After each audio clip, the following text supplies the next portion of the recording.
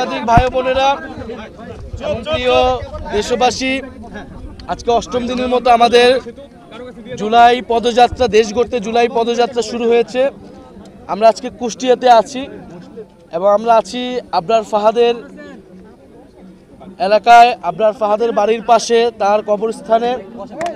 আমরা আবরার ফাহাদের শহীদ আবরার ফাহাদের কবর জিয়ারত করেছি। আমাদের পাশে শহীদ আবরার ফাহাদের শ্রদ্ধেয় বাবা, উনি উপস্থিত আছেন। আবরার ফাহাদ বুয়েটের মেধাবী শিক্ষার্থী ছিলেন এবং আমরা জানি যে 2019 সালের 7ই অক্টোবর আবরার ফাহাদ বুয়েটের হলে সন্ত্রাসী সংগঠন, ফ্যাসিস্ট সংগঠন ছাত্রলীগ দ্বারা নির্যাতিত হয়ে মৃত্যুবরণ করেন। আবরার ফাহাদের অপরাধ ছিল সে দেশের জন্য, দেশের পক্ষে কথা বলেছিলেন।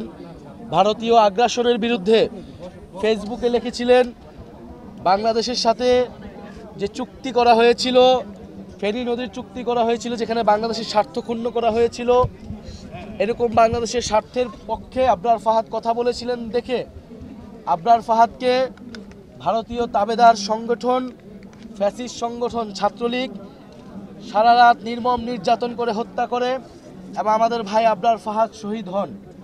2019 সালেই আবরার ফাহাদের মৃত্যুর প্রতিবাদে বুয়েট, ঢাকা বিশ্ববিদ্যালয় সহ সারা বাংলাদেশে আমরা দিল্লির আধিপত্যবাদ বিরোধী এবং সন্ত্রাস বিরোধী আন্দোলন গড়ে তুলেছিলাম। সেই আন্দোলন, আমাদের যে ফ্যাসিবাদ বিরোধী লড়াই, সেই লড়াইয়ের অন্যতম মাইল ফলক ছিলেন। 2018 কোটা সংস্কার নিরাপদ সড়কের পরে 19 সালের এই যে আবরার হত্যা কিন্তু একটা বড় ঘটনা ছিল আমাদের জাতীয় রাজনীতিতে। এবং আবরার ফাহাদের মৃত্যু এবং এই মৃত্যুর প্রতিবাদে যে আন্দোলন, সেই আন্দোলন কিন্তু বাংলাদেশের রাজনীতির মোড় ঘুরিয়ে দিয়েছিল এবং ভারতীয় আধিপত্যবাদ বিরোধী যে লড়াইটা আবার নতুন করে শুরু হয়েছিল। এবং আবরার ফাহাদকে আমরা বলেছিলাম যে আমাদের ভারতীয় আধিপত্যবাদ বিরোধী শহীদ এবং দিল্লি না ঢাকা, সেই স্লোগান উঠেছিল সেই আবরার ফাহাদ হত্যার যে বিরোধী প্রতিবাদ মিছিল, সেই মিছিল থেকে। ফলে আজকের এই দিনে আমরা আবরার ফাহাদকে গভীর শ্রদ্ধার সাথে স্মরণ করছি, তার রুহের মাগফিরাত কামনা করছি। এবং আবরার ফাহাদের যেই পথ আমাদের দেখিয়ে গিয়েছে, বাংলাদেশপন্থী পথ, ভারতীয় আধিপত্যবাদ বিরোধী পথ, আগ্রাসন বিরোধী পথ, সেই পথেই আমরা জাতীয় নাগরিক পার্টি রাজনীতি করছে। সেই পথ ধরেই জুলাই গণ অভ্যুত্থান সংগঠিত হয়েছিল। ফলে আবরার ফাহাদ থেকে আবু সাইদ, সেই সকল শহীদদেরকে আমরা স্মরণ করি।